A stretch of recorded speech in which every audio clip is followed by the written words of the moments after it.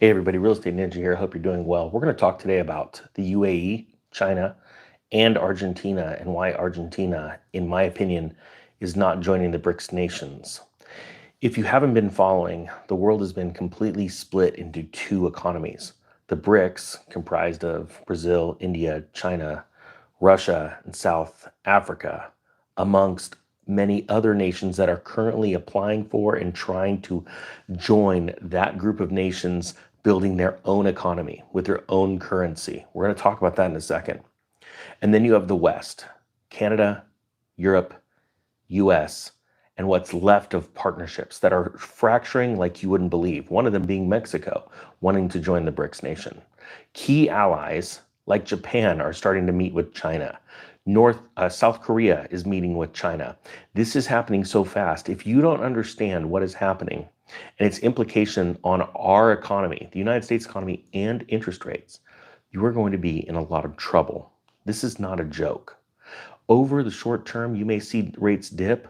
Over the long term, I believe the US is not going to become a third world nation, but it will become third world in the first world nations, because nobody will be using its currencies much longer. Now, when I say much longer, I'm talking about years, a few years out, but these news stories are nothing to joke around about. Every time, imagine this is how big of a deal it is. Every time a country signs a deal with China or the BRICS nations to do bilateral trade or swaps in any currency outside of the dollar, that simply means that governments no longer need as many US dollars. The reason why our country has been so prosperous since the 50s and 60s is because countries needed to buy our currency to go and do trade throughout the world. Now that they no longer are doing that, no one is showing up to our bond market, our bond offerings. It's been all over the news. It's the reason why rates are going up, not in conjunction with the Federal Reserve raising rates. Here's the first story I'm going to go over. I'm going to try and explain this because this 100% deals with our real estate market, because as rates continue to go up, nobody's going to be buying houses and there's going to be an epic crash in real estate. All right. BRICS, the UAE and China sign a currency swap CBDC partnership amid the rising prevalence of the BRICS economic alliance. Both the United Arab Emirates and China have signed a currency swap and central bank digital currency partnership. Specifically, the countries announced the renewal of a currency swap agreement. Meanwhile, they have linked a memorandum of understanding to partner on a CBDC development. The two nations represent key pillars of the BRICS bloc moving forward. Moreover, the agreements craft the two key opportunities. First, in the realm of local currency promotion, a continued goal of the bloc.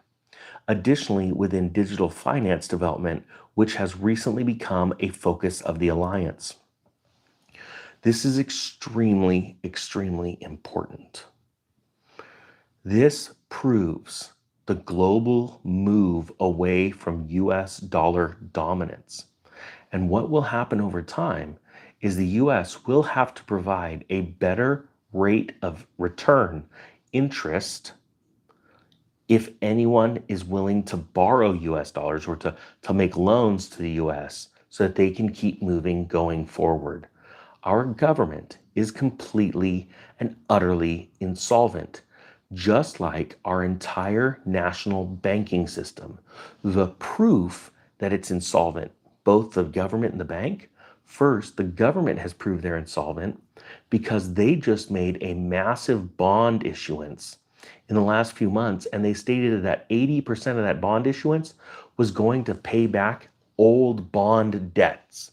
Okay? You are robbing from Peter to pay Paul right now.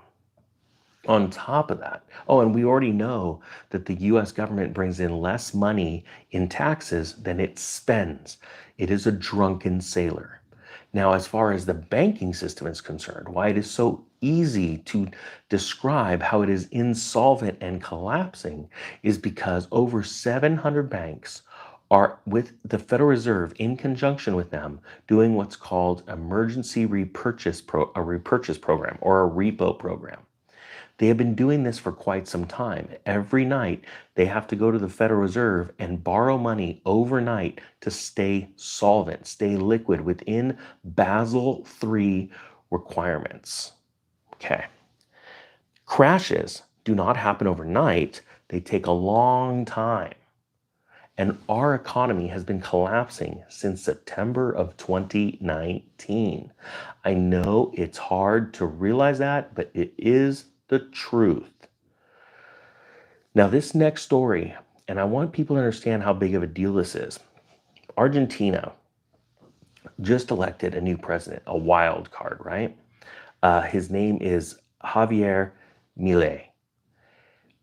He announced, and he ran on this platform, that Argentina is no longer joining the Brics. As a matter of fact, he came out so boldly and said, the Central Bank of Argentina is now closed, the peso is a failed experiment, and we are only going to be conducting business in dollars. Now, behind the scenes, I want you to understand this because nobody's talking about this. I believe that our government put that person in place. We have seen many times throughout history, especially recent history, the 70s, 80s, 90s, where three-letter agencies have went in and meddled with elections. As a matter of fact, someone with the initials HC even said that they admitted while they were high-ranking in the government that they meddled with multiple South American elections for the benefit of the US. So it makes a lot of sense that they would have done it here because what is happening is the BRICS nations are trying to expand greatly into South America.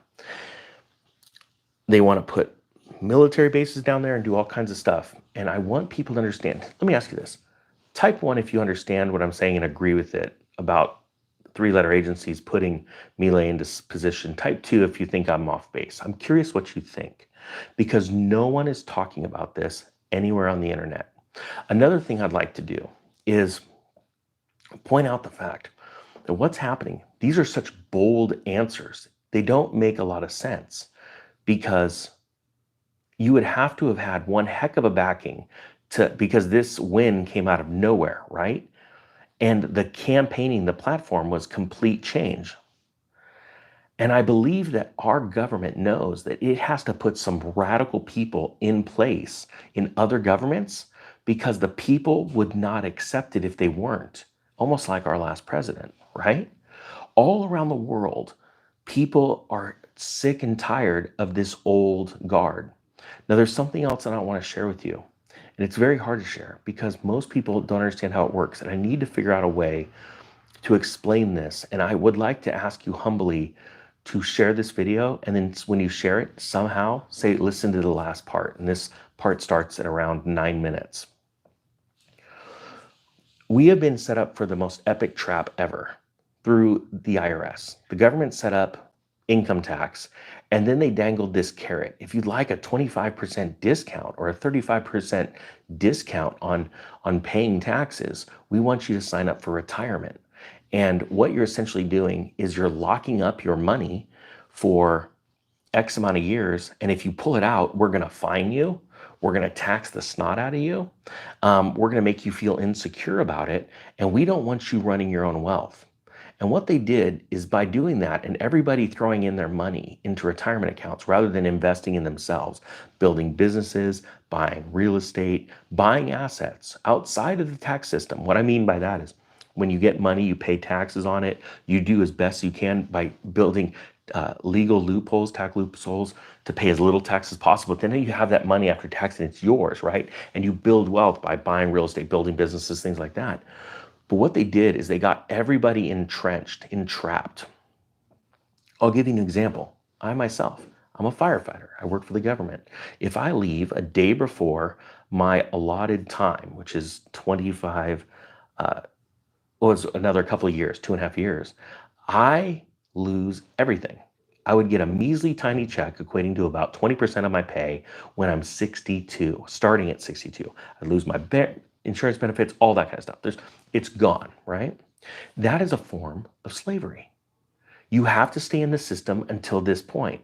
And then what they've done for a lot of people in the government is they've threatened them. If you go whistleblow, we're going to take your pension. Now, if you think of it this way, what they did is they took all that money and now they invest it. The reason why these massive companies like BlackRock and Greystone have been buying up all this real estate, they've been using your pension money. They use third-party intermediaries between the pension fund and who's really doing it. They use these companies, and a lot of it's hidden. I know this because my real estate brokerage sold land to these companies, and the money that was purchased, with was pension fund money, but it wasn't like CalPERS or the federal government pension fund, I don't know, what is it called, TSP or any of those. They weren't specifically buying. It was another company working for them with their money.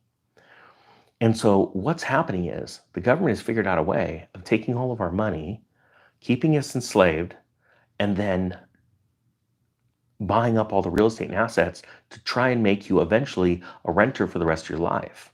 The reason why there's such a housing shortage, it's not because there's fewer homes built today than there were in 2008. Quite the contrary, there's so much more. It's because these massive conglomerates have taken our pension money and bought these properties. I hope you understand why I think it's so very vital. That's the reason why we need to understand these cycles and take back as much of the real estate as possible from those big hands. I know it sounds impossible, but I do not believe this to be the truth. We need to become the strong hands. And all throughout history, the middle class have actually been the strongest hands as far as wealth until just recently, because we're becoming weaker and weaker because of programming. I hope you understand exactly what I'm talking about here and why it is so very vital. And as an American citizen that believes in this country, not the country that's going on today with today's politics, I don't care what side of the aisle on, government is sick in the head. But what I do believe in is you, good-hearted human beings that pretty much want to be left alone. And if they want to get involved, it's for the greater good and making our country the greatest country ever again. I like the term "Make America Great Again." And just the fact that it triggers a bunch of, or not even a bunch, 10% of the nation, which are just a bunch of fools, or even wearing a blank red hat now, they don't even understand what that means. We need to take back the wealth of the nation. How are we going to do that? We'll do it through the next crash by being prepared.